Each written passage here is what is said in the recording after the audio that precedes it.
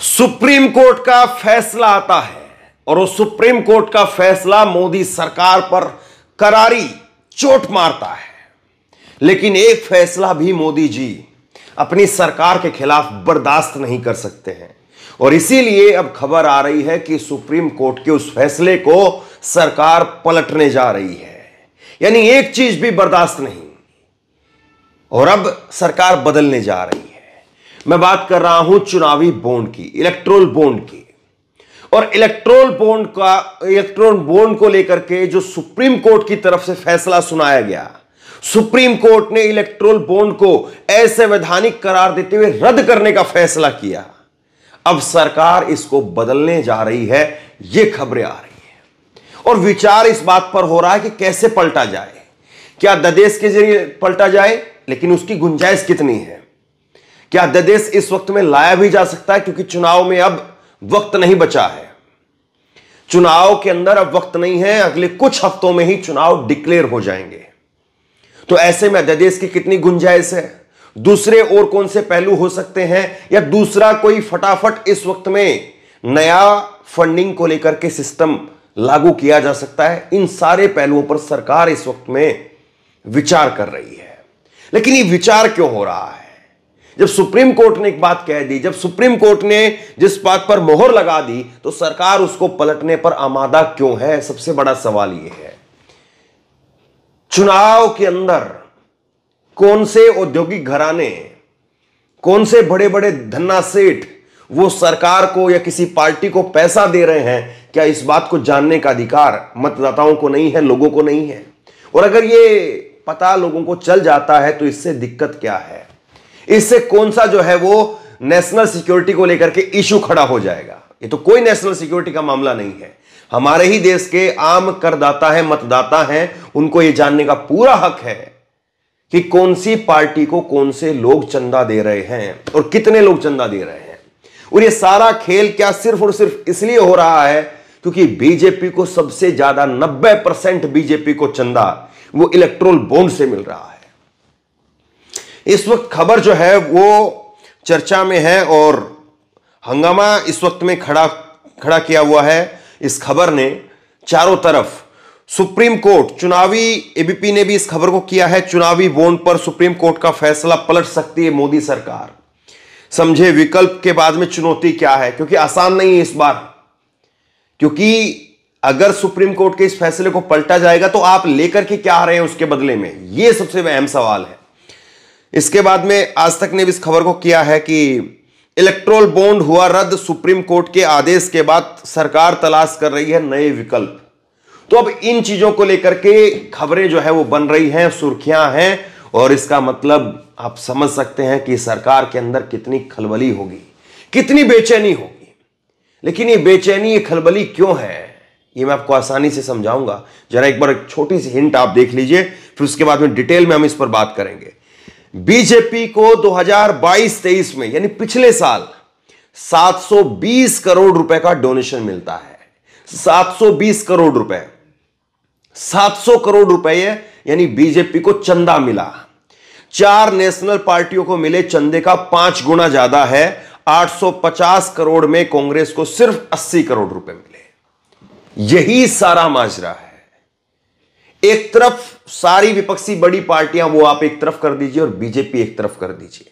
850 करोड़ रुपए जो पार्टियों को चंदा मिला है, अलग अलग पार्टियों को, उसमें से बीजेपी को 830 करोड़ रुपए मिला है। 720 माफ कीजिए, 850 में से 720 करोड़ रुपए। इसका मतलब क्या समझा जाए? इसका मतलब यह है कि बस आप यह समझ लीजिए कि सारा का सारा पैसा सब के सब लोग सिर्फ और सिर्फ बीजेपी को दे रहे हैं। बस जरा सा छटाक भर उंगलियों में, नाखूनों में रह जाए, इतना सिर्फ इतना वो बाकी की पार्टियों को खिलाया जा रहा है। यानी अगर आप जो है वो चावल ऐसा करके खाएंगे तो आपकी जो उंगलियों में थोड़ा बहुत लगा हुआ रह जाता है ना, जो हाथ धोने के समय पर जो है वो चला जाता है, बस उतना भर जो है वो विपक्षी पार्टियों को मिल रहा है। बाकी बीजेपी ऐसे थाली में भर भर के खा रही है और जो उंगलियों में बचा हुआ रह गया यहां पर, उतना भर केवल विपक्ष के नेताओं को मिल रहा है। तो आप बताइए चुनाव कैसे लड़े जाएंगे?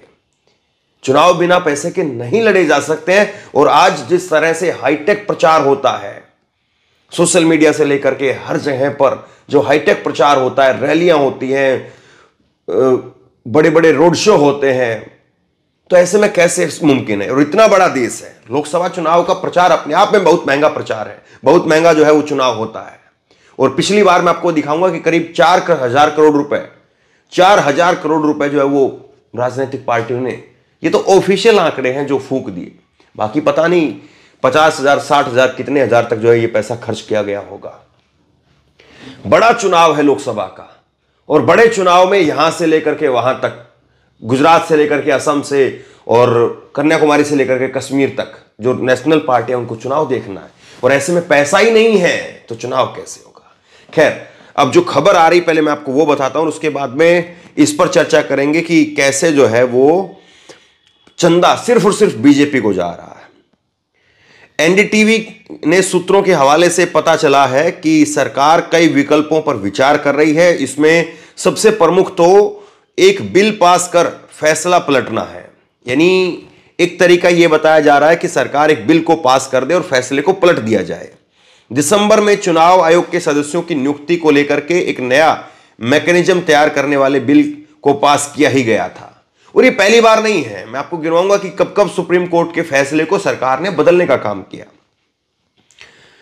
सूत्रों ने यह भी बताया है कि सरकार काले धन की वापसी को लेकर भी चिंतित है। उनका कहना है कि अगर दानदाताओं की पहचान जारी की जाती है तो यह बैंकिंग कानून के खिलाफ होगा। हालांकि भले ही सुप्रीम कोर्ट का फैसला सरकार के खिलाफ गया हो, लेकिन कहीं ना कहीं सरकार उन ऑप्शन पर भी विचार कर रही है जिनके जरिए फैसला पलटा जा सकता है। कहा यह भी जा रहा है कि चुनावी बॉन्ड पर आए फैसले के खिलाफ जनहित याचिका दायर की जा सकती है, और केंद्र सरकार किन ऑप्शन पर विचार कर रही है जिनसे फैसला पलटा जा सकता है, तो वो ऑप्शन क्या है उन पर जो है डिटेल में बातें हो रही है। अब 2-3 चीजों को आप समझिए।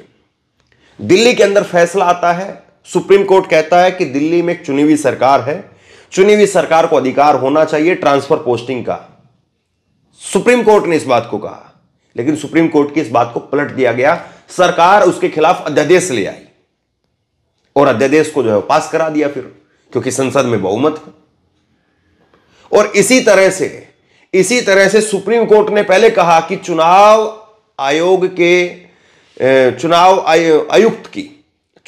आयुक्त की नियुक्ति के अंदर 3 वोट होने चाहिए, जिसमें सुप्रीम कोर्ट के चीफ जस्टिस का वोट, जिसमें प्रधानमंत्री का वोट और जिसमें नेता विपक्ष का वोट। लेकिन सरकार ने इस फैसले को भी पलट दिया। सरकार ने कहा कि सुप्रीम कोर्ट जाए बाहर, यह हमारा मसला है और हम देखेंगे। और सरकार ने कहा कि इसमें 3 वोट रहेंगे, एक खुद प्रधानमंत्री का वोट, एक प्रधानमंत्री के कैबिनेट में किसी मंत्री का वोट, यानी दोनों एक ही वोट हो गए, और तीसरा विपक्ष का वोट। अब 3 वोट में से अगर 2 वोट एक तरफ हैं तो तीसरे वोट का वैल्यू ही नहीं है। तो सुप्रीम कोर्ट के इस फैसले को भी सरकार ने पलट दिया। तो आखिरकार क्या जो फैसले सुप्रीम कोर्ट से लिए जाएंगे, जो कड़वे फैसले लिए जाएंगे, उनको सरकार इस तरह से पलट देगी क्या? और ऐसे में फिर सुप्रीम कोर्ट का मतलब क्या है? और ऐसे में सुप्रीम कोर्ट के फैसलों का लोगों के ऊपर क्या प्रभाव पड़ेगा? यह अपने आप में बड़ा सवाल है। लेकिन जो चंदे की बात है वो मैं आपको दिखा देता हूं, क्योंकि यह सारा खेल चंदे से जुड़ा हुआ है, और चंदे को अगर आप नहीं समझ पाएंगे तो इस खेल को नहीं समझ पाएंगे। ये एडीआर की रिपोर्ट आई 14 फरवरी को, और उसने राजनीतिक पार्टियों को मिलने वाले जो चंदा की रिपोर्ट है वो जारी की। और इसमें एडीआर यानी एसोसिएशन फॉर डेमोक्रेटिक रिफॉर्म्स, उसकी तरफ से 14 फरवरी को जो रिपोर्ट जारी की गई उसमें बताया कि फाइनेंशियल ईयर, पिछला जो वित्त वर्ष रहा 2022-23 का, इसके मुताबिक बीजेपी को 720 करोड़ रुपए चंदे में मिले। बीजेपी को मिली रकम आम आदमी पार्टी, कम्युनिस्ट पार्टी, सीपीआईएम और नेशनल पीपुल्स एनपीपी को मिले डोनेशन से 5 गुना ज्यादा है। तो ये जो 4 बड़ी पार्टियां हैं, जो नेशनल पार्टियां हैं, उनके चंदे से मिला 5 गुना ज्यादा पैसा वो बीजेपी के पास गया है। मतलब 4 पार्टियों को जो पैसा मिला जितना, उसका भी 5 गुना ज्यादा वो बीजेपी को मिला। फाइनेंशियल ईयर में 20,000 से अधिक का डोनेशन मिलने पर रजिस्टर्ड पॉलिटिकल पार्टियों को खुलासा करना होता है। 2022-23 में नेशनल पार्टियों को कुल 850 करोड़ चंदे 800 करोड़ रुपए डोनेशन में मिले। एडीआर के मुताबिक कुल डोनेशन में कांग्रेस ने सिर्फ 79.92 यानी करीब करीब 80 करोड़, जिसमें से भी 8 लाख रुपए कम है, मिलने की घोषणा की।